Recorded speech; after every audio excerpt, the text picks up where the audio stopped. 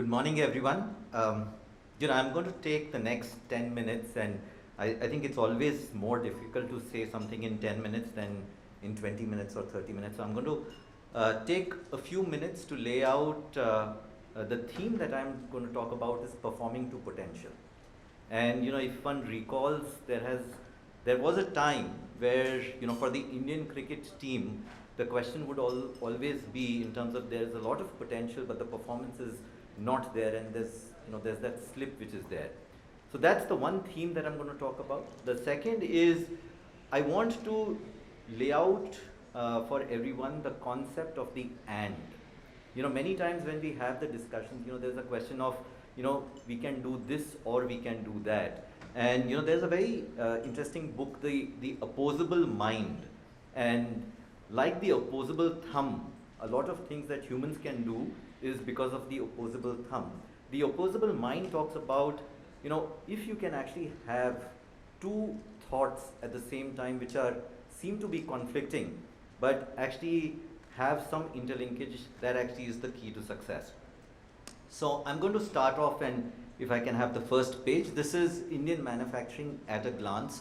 So just to set the context, I'm sure that everybody knows the numbers on this page very well. Of the 330 lakh crores, which is Indian GDP, if you look at manufacturing share, it is 13%, about GBA is about 330 lakh crores, employment is about 5.5 crores or 55 million, and exports is about 23 lakh crores. Now, CB talked about how things have panned out in the last few years. And many times what ends up happening is we take a short-term view of what has happened. So what has happened in the last quarter or the last 2 years actually occupies too much of our bandwidth and attention. So I actually went and looked back what has changed over the last 30 years.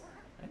So if I look at the glass half full, if you look at it, Indian manufacturing has become 30 times in the last 30 years, roughly.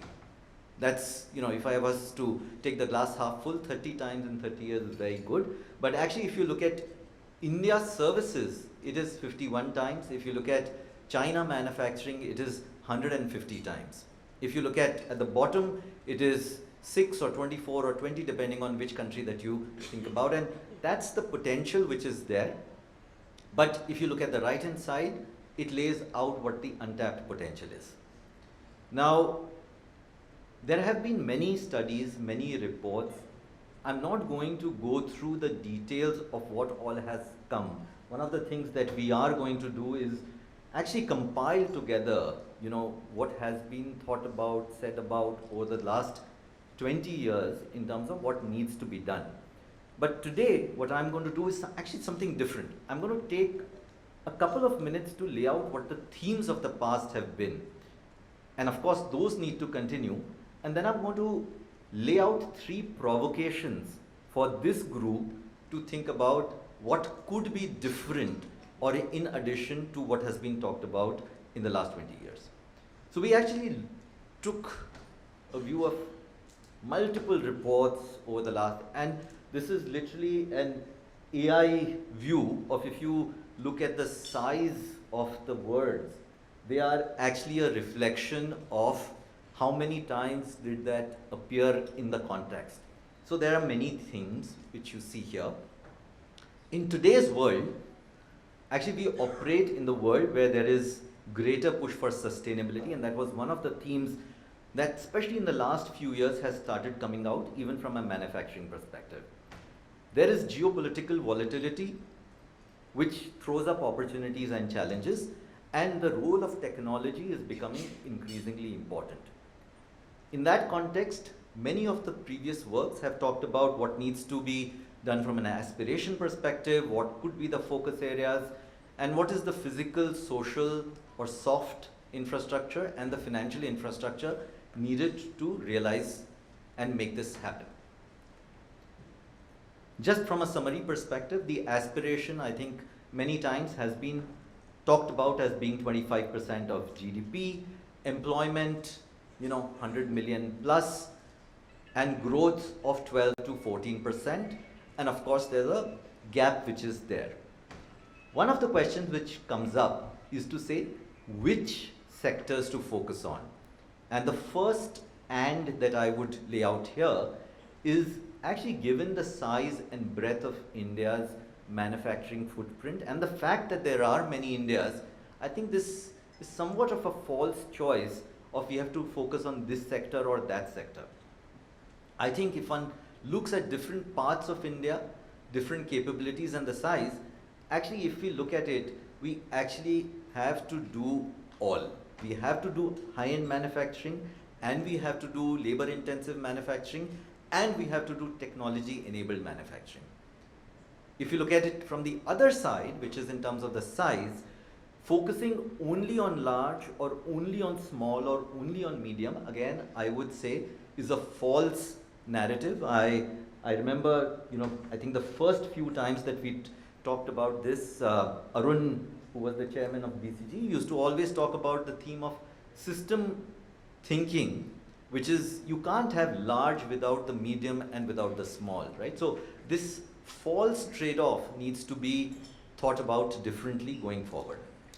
I'm not going to talk about the physical, social, and financial infrastructure. I think on all three, the facts and data speak that there has been progress. Can more be done? Of course, yes, but there has been some progress on some fronts. Now, what are my three provocations for this group? The first, and Swati and Gitanjali, you are here, and this is different to what we had seen in the past. The proverb, half the sky, is actually a Chinese proverb, which is to say, women hold half the sky.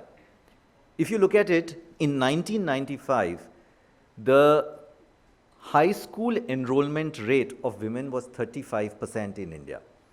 55% was the enrollment rate in high school for boys. In 2015-16, something remarkable happened. Actually, the percentage enrollment of girls in high schools in India overtook boys. Right? If you look at it, the number of girls entering college in 2020 was higher than boys entering college. Today, 50% of medical graduates or doctor, MBBS graduates are women.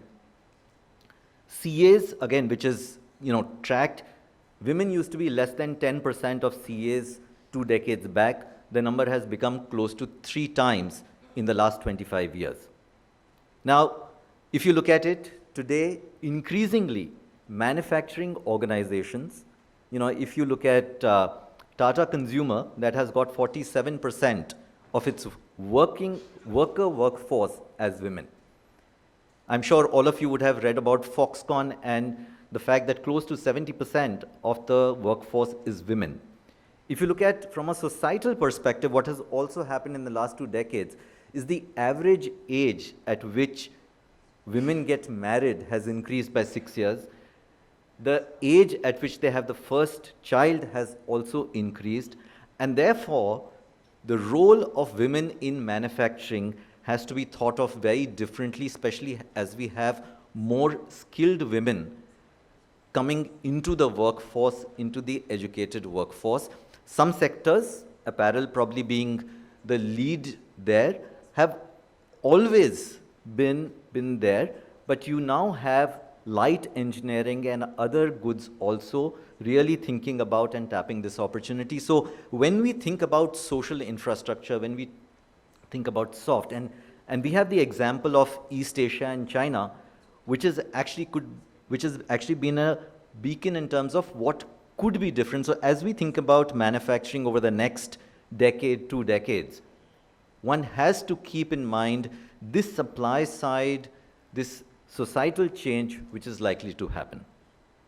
The second provocation is what I call the Samsung, Siemens, and Salesforce effect. And the reason I talked about that, they are from 3 different continents, 3 companies from 3 different continents. And actually, it's an integration of hardware and software. Today, even in an automobile, the amount of software which is there is actually more than what was there in a high-end laptop 15 years back. When we talk about manufacturing going forward, of course one has to focus on the physical, but actually it is going to be equally, if not more important, to think about the integration of the software equivalent. And definitely, and I'm talking not only from a product perspective, but also from a manufacturing process perspective. And the provocation I would have is, are we thinking about it enough? India has historically always had an advantage on the software side. How can we tie in and don't make it a software versus manufacturing or services versus manufacturing, but a services and manufacturing together as an opportunity for both manufacturing? And actually, if I look at from a software perspective, they are going to face headwinds given everything which is happening from an AI perspective. And the third is style and substance. Of course, form, functionality is important, but there is an element of the design aesthetic, even for a B2B product, of course for a B2C product, but even for a B2B product, to really think about both style and substance, to think about form and function, both is something as three provocations. In the past, there was always the question on the quality, cost, delivery as the three elements to think about from a manufacturing perspective.